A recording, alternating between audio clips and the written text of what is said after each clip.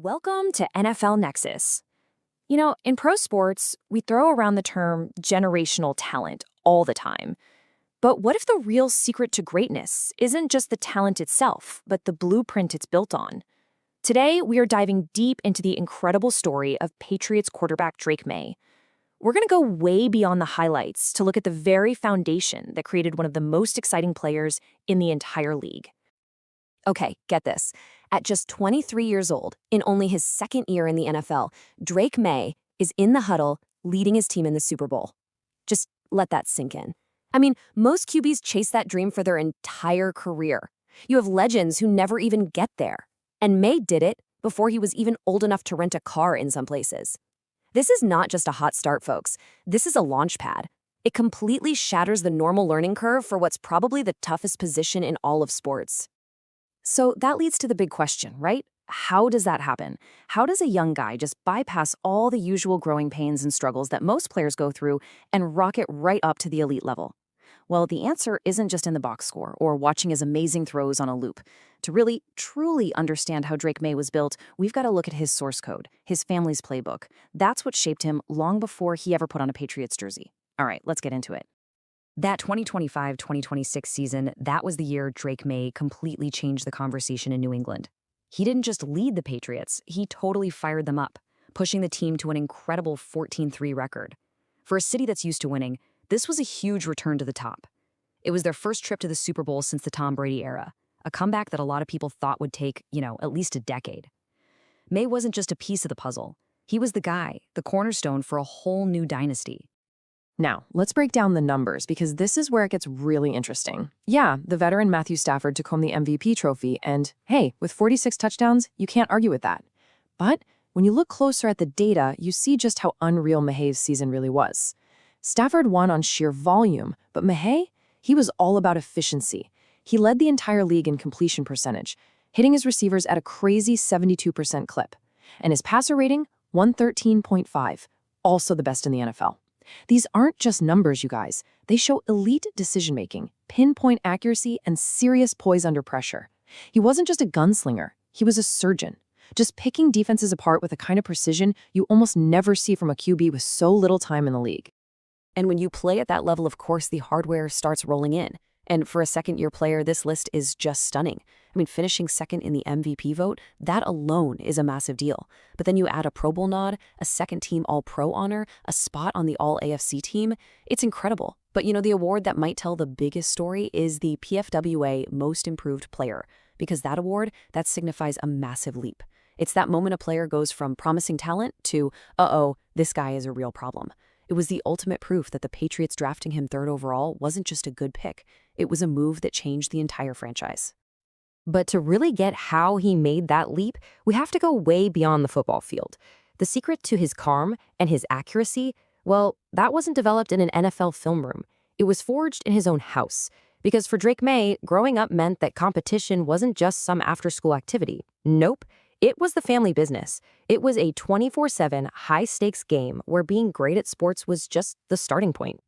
This isn't your average family tree, folks. It's more like a roster for an all-star team. You've got his dad, Mark, a starting quarterback at UNC, his mom, Amy, a star basketball player in high school, his oldest brother, Luke, just a UNC basketball legend who hit one of the most famous shots in March Madness history. Then there's his brother, Cole, a star pitcher for the powerhouse Florida Gators, and his third brother, Bo, also played basketball at UNC. Let me say that again. 5 Division I athletes in one house. Can you even imagine how intense a backyard game of HORC was?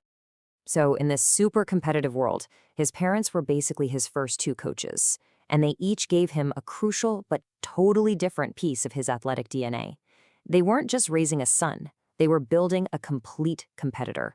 From his dad, he got the quarterback's brain, and from his mom, he got the champion's heart. It was this perfect mix of strategy and fire. Having a dad who played the position at a high level gave Drake a huge head start. And this quote from Drake says it all.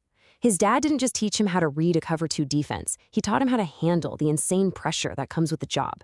He taught him not to be afraid of those game-on-the-line moments, but to actually crave them, to want the ball in his hands when everything matters. That's the kind of mental training that lets a 23-year-old look totally calm in his Super Bowl pocket. It's a mindset that was built over years by someone who'd been there himself. So while his dad was shaping his mind, his mom, Amy, was lighting that competitive fire. But her coaching was about more than just playing hard. As Drake explains right here, she was always focused on the little things, like his body language. She knew that a quarterback leads with way more than just his arm. He leads with his presence. Standing tall after a touchdown, or more importantly, staring straight ahead after throwing a pick. Those were the lessons that taught Drake how to command a huddle and make the guys around him believe. Okay, so his parents gave him the mental and emotional tools, but it was his 3 older brothers who put him through the physical test. The Maye family backyard wasn't a playground, it was a battleground. Every single game, every drill was a fight for survival against guys who were bigger, stronger, and older. This is where his skills weren't just learned, they were forged in fire, day after day. Being the youngest of 4 incredible athletes, all born within about 5.5 years of each other, Drake often called himself the Runt. His words, not mine. He said, I was getting beat up on. So for years, just to hang with them, he had to be smarter, faster, and tougher than everybody else. And that constant fight, that need to overcome being physically outmatched, that's what created his unbelievable resilience. And it's what forced him to develop the exact traits, that creativity, that quick thinking, that elusiveness, that make him so special in the NFL today. This timeline just shows you how fast his rise was. It's wild. In 2017, he's 14 years old, and he's mostly known as Luke Maye's little brother, especially after Luke's big shot. He was totally in his family's shadow. Fast forward to 2020, he's throwing for 50. That's 50 touchdowns as a junior, and he's one of the top recruits in the entire country. Just 4 years after that, he's the 3rd pick in the NFL draft, and only 2 seasons later, he's starting in the Super Bowl. The journey from the runt to the absolute top of the sport, it's just mind-blowing. And maybe the craziest part of this whole story is that even now, as a legit NFL superstar, Drake Maye's success is still tied directly to that same family blueprint. The system that built him from the ground up, it's the exact same system he uses to get better every single offseason. He hasn't forgotten what got him here. While other QBs are off working with expensive private coaches at fancy facilities, Maye's off-season training is still a family thing. Just picture it. His dad, Mark, is still the guy hiking him the ball. His 3 brothers, Luke, Cole, and Bo, they're his receivers. And watching from the sidelines, you've got his mom, Amy, still giving him tips on his leadership and his presence. It's the same playbook, which just goes to show you that the strongest foundation is the one built on trust, history, and a lifetime of competing together. And this quote right here, it just sums it all up, doesn't it? There's a comfort and a trust in that backyard routine that all the fame and money in the world just can't buy. It's this one-of-a-kind mix of family, competition, and mentorship that has been the steady force behind one of the fastest rises the NFL has seen in a long, long time. It's a legacy that's still being written every single offseason. Drake Maye's story really makes you look at success in a different way. It kind of suggests that, yeah, elite talent gets you in the door to the NFL, but maybe it's not the thing that separates the good from the truly great.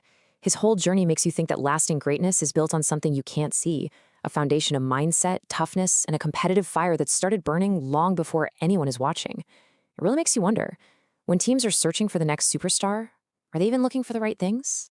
So, what's your biggest takeaway from the Drake Maye's blueprint? Do you think having that kind of deep-rooted family foundation is the most important thing for success in sports? Let us know what you think down in the comments. We read every single one.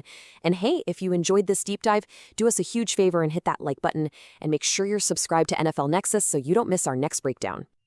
And hey, one last quick thing. If you want to help support the channel, we've actually created a whole line of coloring books that are perfect for kids, grandkids, and hey, even for adults. Every single purchase helps us keep making content just like this. You can scan the QR code right on your screen or just click the link in the description below. Thanks again for watching, and we'll see you on the next one.